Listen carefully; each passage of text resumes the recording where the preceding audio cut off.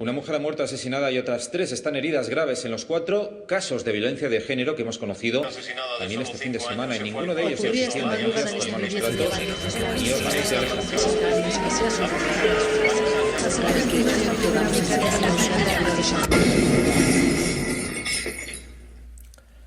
Hola, Mario. Soy papá. Sí, tu papá de verdad. Ese hombre que desapareció de tu vida cuando tenías 5 años y del que no has vuelto a saber nada hasta ahora. Si esta grabación te ha llegado conforme a mis deseos, acabas de cumplir 20 años. Es el año 2028 y lo único que deseo es que estés preparado para que todo este horror no recaiga sobre ti. ¿Qué es esto?, preguntó Pandora. ¿Es un regalo para mí? No, Pandora.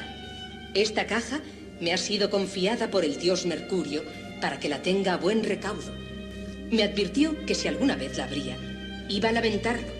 Y yo le prometí que pasara lo que pasara, jamás la abriría. En 1995, en la Cuarta Conferencia Mundial sobre la Mujer celebrada por la ONU, se firman una serie de medidas estratégicas a implementar por los estados en un periodo de 15 años.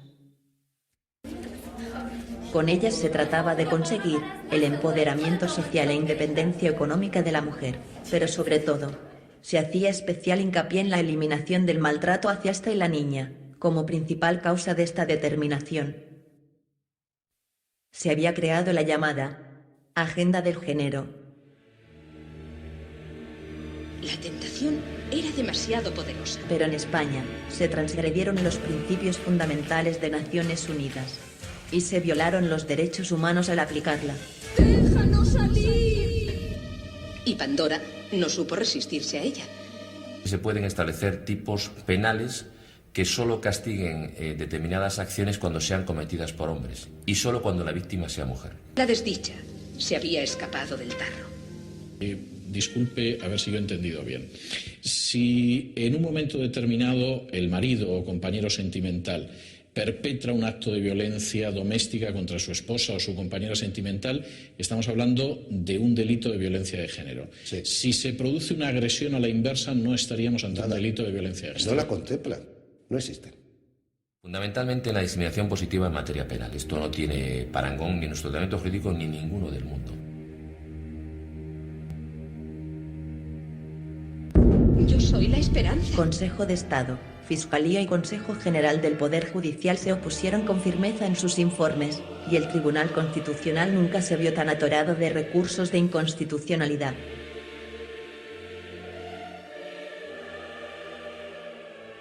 Nunca jamás en la historia del avance de las mujeres, en las cumbres de Naciones Unidas, en las reivindicaciones de los grupos feministas, jamás se pidió la discriminación en los tipos penales.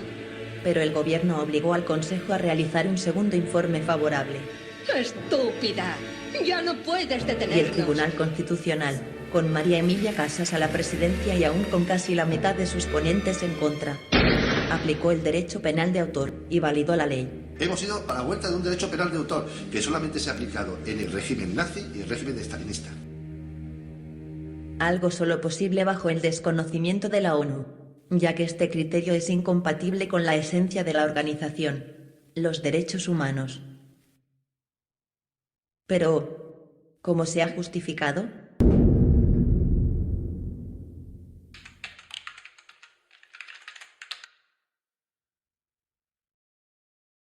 Todo el dinero que hay aquí ¿Es mío? es tuyo. Por supuestísimo. Aquí traigo 58 informes a nivel internacional que nos dicen que la violencia en el ámbito doméstico no es unidireccional del hombre a la mujer, es bidireccional. No, no te voy a pagar una cosa. O sea, que no tengo dinero ni sirve de Que me da igual que te busques en la vida, que te vayas. ¿La calle de roto? Sí, lo que me acabo de comprar. Los cientos de estudios rigurosamente científicos concluyen que el varón difícilmente denuncia y desvela el maltrato sufrido, pero que las mujeres inician y perpetran los actos violentos en mayor medida.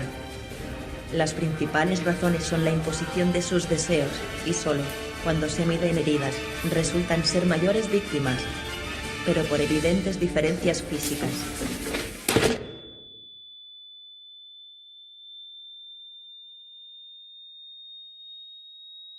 Que quede claro que no hay acuerdo. No, que quede claro que tú haces con una secuela física. Defensa propia. Eso es defensa propia. Sí. Que se ha grabado todo en la Sí, cámara. defensa propia. Qué fuerte. Bueno, pues defensa propia, quiere decir. Nos están haciendo vivir una realidad virtual. De hecho, aunque las víctimas masculinas no repercuten en los medios de comunicación, tan solo la suma de las aisladas notas de prensa, con los mismos parámetros que para el género, es ya un número muy superior a las cifras que muestran los documentos oficiales. Por otro lado, las diferencias físicas frustran la mayor parte de los asesinatos de mujeres agresoras, cosa que no sucede con los varones. Y al computar estos intentos con los homicidios consumados, no cabe duda de que, tal y como dice la ciencia, la violencia es simétrica.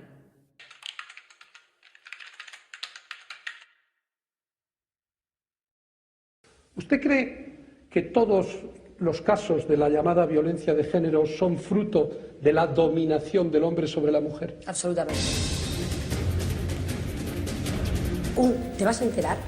Esto es un delito castigado con meses de prisión. Una pelea mutuamente consentida. Cuando hay insultos recíprocos, se considera maltrato si lo hace el hombre y si lo hace la mujer, por supuesto que no. Los niveles de violencia en parejas lesbianas superan a los de heterosexuales.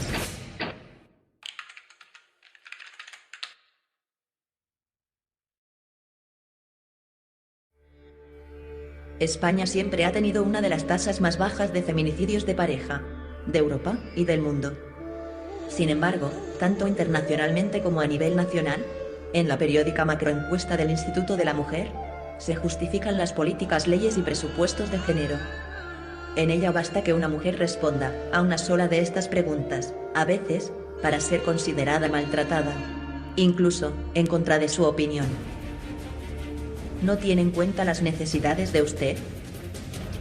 ¿Le dice que todas las cosas que hace están mal, que es torpe? ¿No valora el trabajo que realiza? ¿Ironiza o no valora sus creencias? Esto jamás se le ha preguntado a un solo hombre, pero es la prueba oficial de la cantidad de maltratadores, junto con otros informes oficiales, de igual o menor rigor.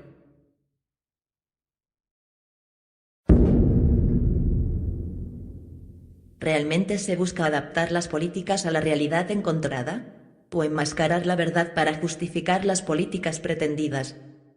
Hay un decálogo de actuación del tratamiento de las noticias sobre violencia de género, donde se dice tranquilamente que lo que hay que hacer es manipular los datos, y estos acuerdos se firman con prácticamente todos los medios de comunicación de España. El control de los medios de comunicación siempre ha actuado como un poderoso virus epidémico que aliena lo más profundo del individuo, el pensamiento. Se subordina así la conciencia social, victimizando al grupo social que será beneficiado, y solidarizando al pueblo con la ejecución de métodos extremos. Métodos en los que se adoctrina, y que representan la erradicación de un mal, del que se culpa a un colectivo social, en todo su conjunto. Un mal sobredimensionado adrede, para enmascarar el verdadero fin perseguido. La imposición ideológica como medio de obtención de privilegios por un colectivo, en detrimento de los derechos fundamentales del resto. La epidemia se asienta conquistando los puntos de control. En la ONU Mujeres, el país que más dinero da con diferencia es España.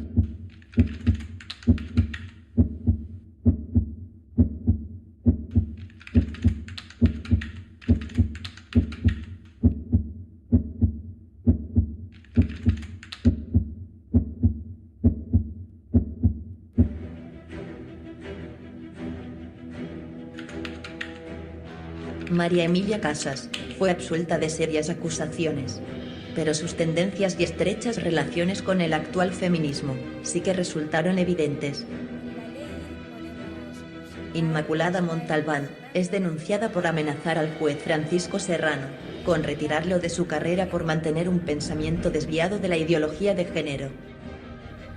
En poco tiempo, el juez termina siendo inhabilitado.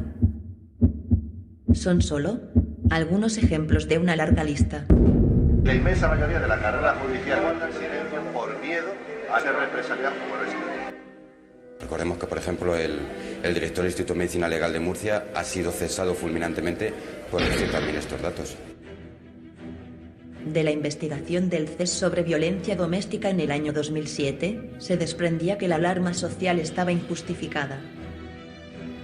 A petición de los grupos feministas, el presidente del CES fue expulsado y el informe censurado. Ustedes han construido igualdad contra los hombres. ¿Se controlan y contienen las redes sociales?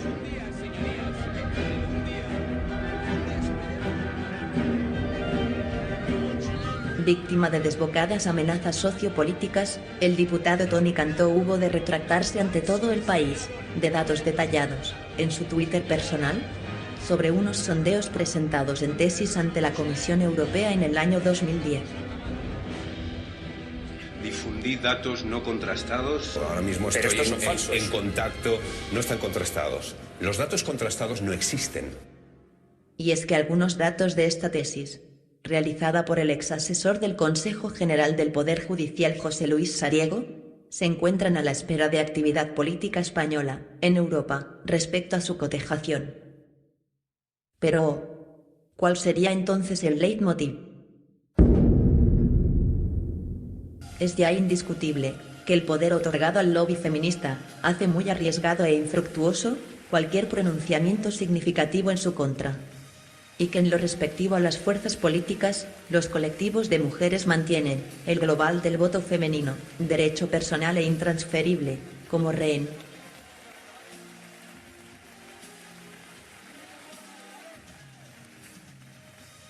Esto lo que es simplemente justificar una industria que hay detrás que mueve miles de millones de euros. Miles de millones. Una cantidad descomunal de instituciones y organizaciones para la mujer se nutren del dinero público. Solamente el primer plan de igualdad de oportunidades es el equivalente al 5,8 veces el presupuesto del Ministerio de Trabajo. No parece haber dudas, según las fuentes utilizadas, en que la cantidad de dinero público destinada a políticas de género supera a la que se necesitó de Europa para el rescate bancario.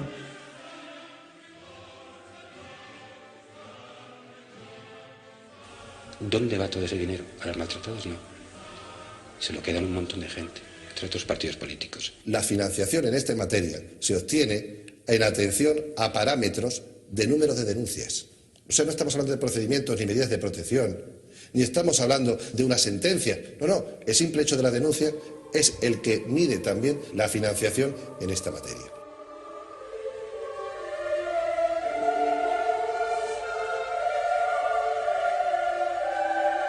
En esta revista especializada se muestra la lucha contra la violencia de género como vía utilizada para conseguir fondos europeos, no al contrario. Hay mucho dinero en juego y mucha corrupción.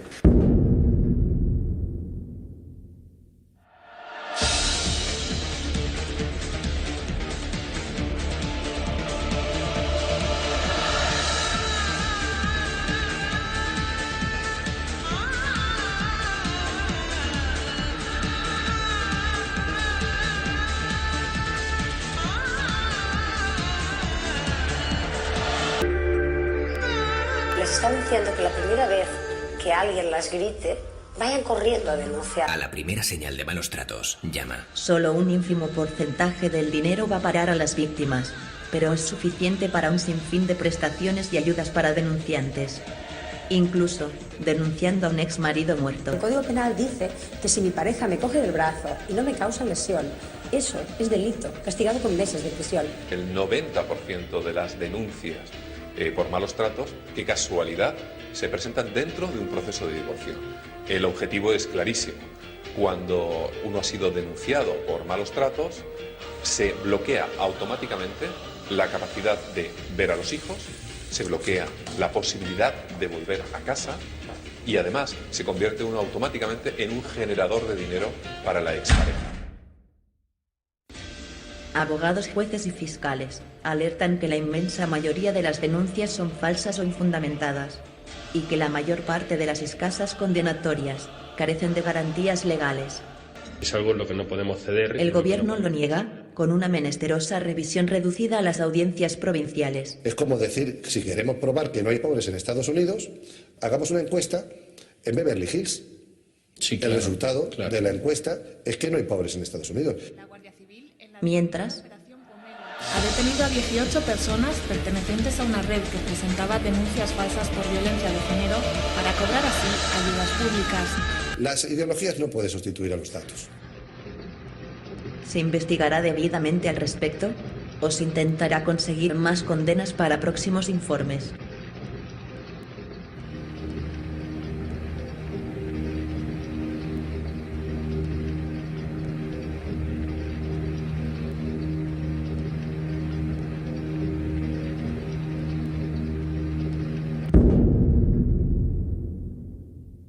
Entretanto, el índice de feminicidios de pareja no merma en absoluto. ¿Pero por qué saco este gráfico? Porque no tiene una relación directa con si Hombre, había perdóneme, ley o no. Unos juzgados absolutamente atascados, a las que están realmente maltratadas en medio de aquella vorágine, no se las atiende debidamente porque no se puede. 450.000 varones que en los últimos 5 años han sido sometidos a medidas cautelares y luego han resultado ser inocentes. Una mujer solo tiene que apretar un botón y sin prueba ni evidencia, solo con su palabra, el hombre es enviado directamente a prisión. Y te mantiene, pues el máximo son 72 horas en el calabozo. Tú no sabes lo que está pasando fuera. No puedes entrar en tu casa, ni tu abogado tampoco, y no puedes recabar documentación y demás que acredite que lo que dices es cierto. Cuando por fin el denunciado es presentado ante el juez, lo hace como presunto culpable. Y él debe demostrar su inocencia. Pero en los últimos años, la palabra de una mujer en España equivale a la verdad. Y esto es una barbaridad, como un templo. Es muy habitual que el abogado de turno te aconseje que reconozcas que eres culpable, porque así te van a rebajar la pena, no tienes antecedentes, sales a la calle. En el estado que estás tú firmas, venga, salimos ya, ¿dónde hay que firmar? Y luego cuando sales fuera dices, venga, ¿y ahora cómo lo arreglamos? Vamos a recurrirlo y tal, y el abogado te dice, no, esto ya no tiene recurso, esto ya es firme. Es para siempre, porque tú has reconocido que eres culpable. Y es que además, es que tu exmujer lo va a utilizar en tu contra. Tu propio padre ha dicho que es un sinvergüenza maltratador. Si el padre graba los encuentros como único medio para defenderse, el juzgado de familia suele entender en él una actitud acosadora. Y es que, cuantos más procesos y sentencias se analizan, más se confirma una realidad generalizada y que en absoluto se ciñe a casos de presunta violencia. Quiero hacer un llamamiento a las mujeres a que renuncien a los privilegios que nos otorga el sistema judicial español por el hecho de ser mujeres. De hecho, excepto muy rara vez, la custodia se entrega siempre a la madre y se decreta la práctica desaparición del padre. Nuevamente, de modo incongruente con la realidad social detectada, ya que los informes íntegros, rigurosos y no viciados de origen, corroboran que la madre biológica es la mayor perpetradora del maltrato infantil.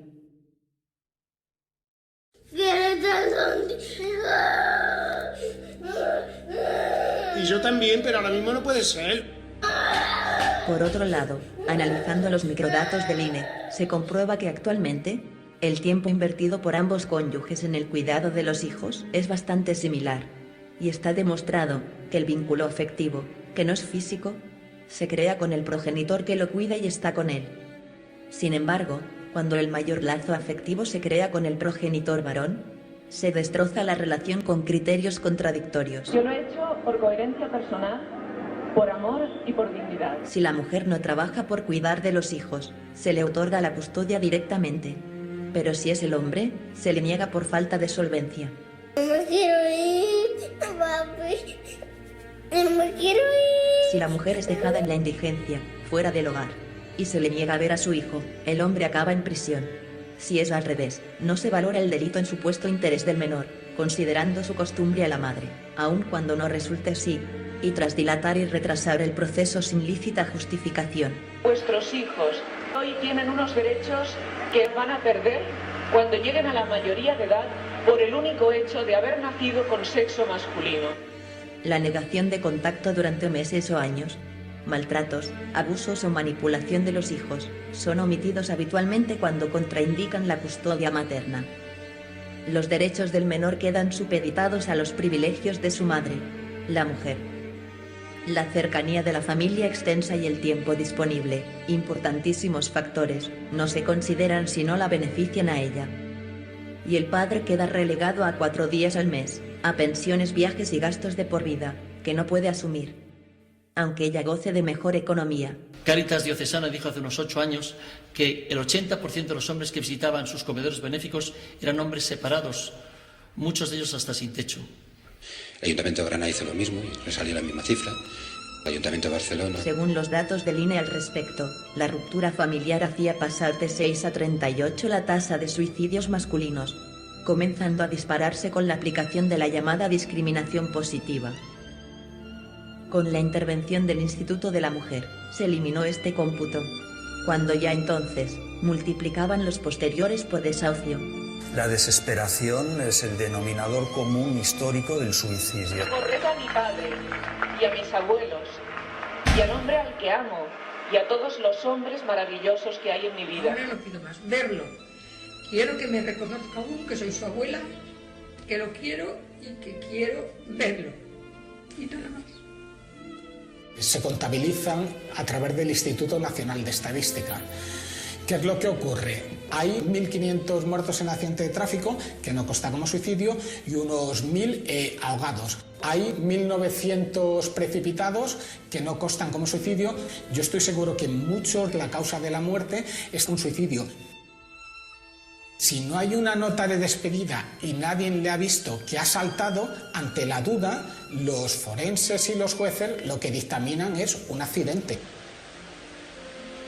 No existe error en decir que en España, las muertes de varones a causa de la aplicación de la perspectiva de género se cuentan tras el silencio. Por millares.